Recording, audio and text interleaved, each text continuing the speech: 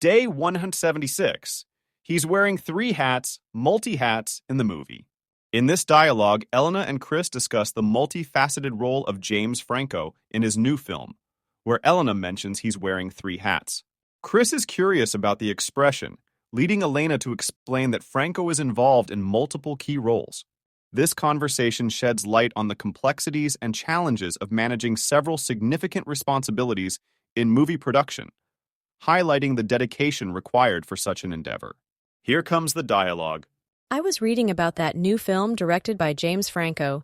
He's wearing 3 hats in the movie. Wearing 3 hats? What does that mean?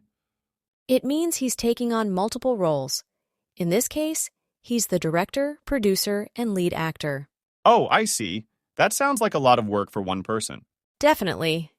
It's impressive when someone can juggle multiple responsibilities like that. True. It must require a lot of skill and energy to manage all those roles effectively. Absolutely. And it often leads to a deeper personal connection to the project. Makes sense. Do you think it affects the quality of the film? It can, both positively and negatively. It depends on how well the person can balance everything. Interesting. I'll have to watch the movie with that in mind. Yeah, it might give you a new appreciation for the work that goes into filmmaking. For sure. Thanks for explaining that to me. Day 177. It's a small world. In this dialogue, Tom shares with Lisa his surprise encounter with an old high school friend, Jenny, emphasizing how such unexpected meetings make the world seem smaller, thus using the expression, "it's a small world." Lisa, curious about the phrase, learns its meaning through Tom's explanation, illustrating the interconnectedness of life despite the vastness of the world. This conversation underscores the marvel of serendipitous reunions and the close-knit nature of human connections. Here comes the dialogue. Guess who I ran into at the coffee shop today? Jenny from our high school. Really? Jenny? It's been ages since we last saw her. I know, right? And to think she now lives in the same city as we do, it's a small world. It's a small world. What does that mean? It means that even though the world is so big, sometimes unexpected encounters make it seem smaller and more connected. That's so interesting. And it's true, especially with situations like this. Exactly. We talked about the old days and how everyone has moved around, yet here we are. That's amazing. We should all meet up sometime. Definitely. It would be great to catch up and reminisce about the past. Let's plan something soon then. This coincidence is too good to ignore. Agreed. It just shows you never know who you might bump into.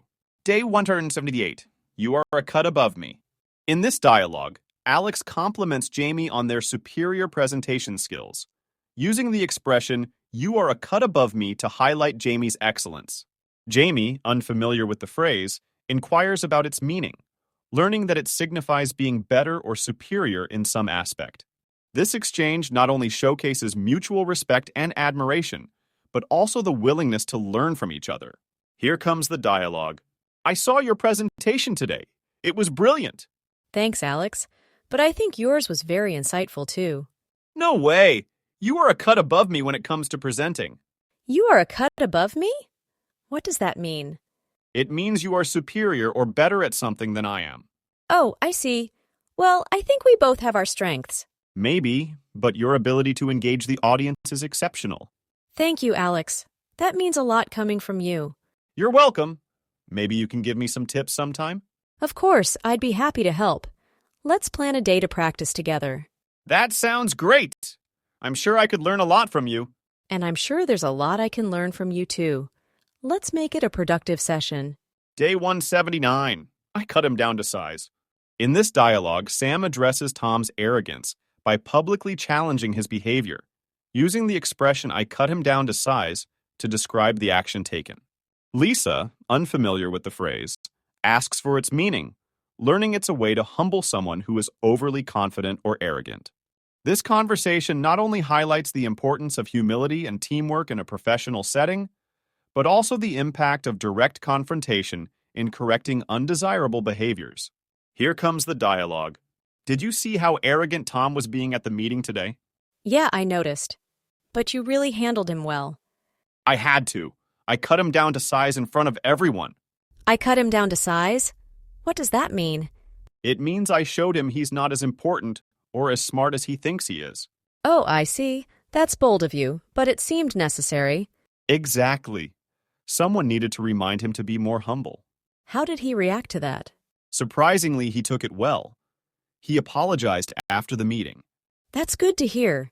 It shows he respects you. Hopefully, it'll change his attitude moving forward. Yes, fingers crossed. We need more teamwork and less ego. Day 180. The economy will turn around sooner or later. In this dialogue, Max shares his concerns about the current economic situation with Sophie, who reassures him by saying the economy will turn around sooner or later. Max asks for clarification on the phrase, learning it signifies an eventual improvement in economic conditions.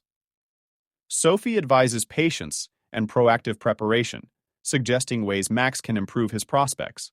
This conversation highlights the cyclic nature of economies and the importance of optimism and readiness for future opportunities. Here comes the dialogue. I've been really worried about my job with the way the economy is going. I understand your concern, but remember, the economy will turn around sooner or later. The economy will turn around? What does that mean? It means the economic situation will improve eventually, even if it's struggling right now. That's reassuring, but it's hard to stay optimistic. It is, but economies go through cycles. A downturn is often followed by growth. I hope you're right. How can we prepare for when things get better? Save where you can, stay informed, and maybe learn new skills that are in demand. Good advice. It might be the right time to take that online course I've been considering. Exactly. Use this time to position yourself strongly for the future. Thanks, Sophie. Talking to you always gives me a better perspective. Anytime, Max. We'll get through this together.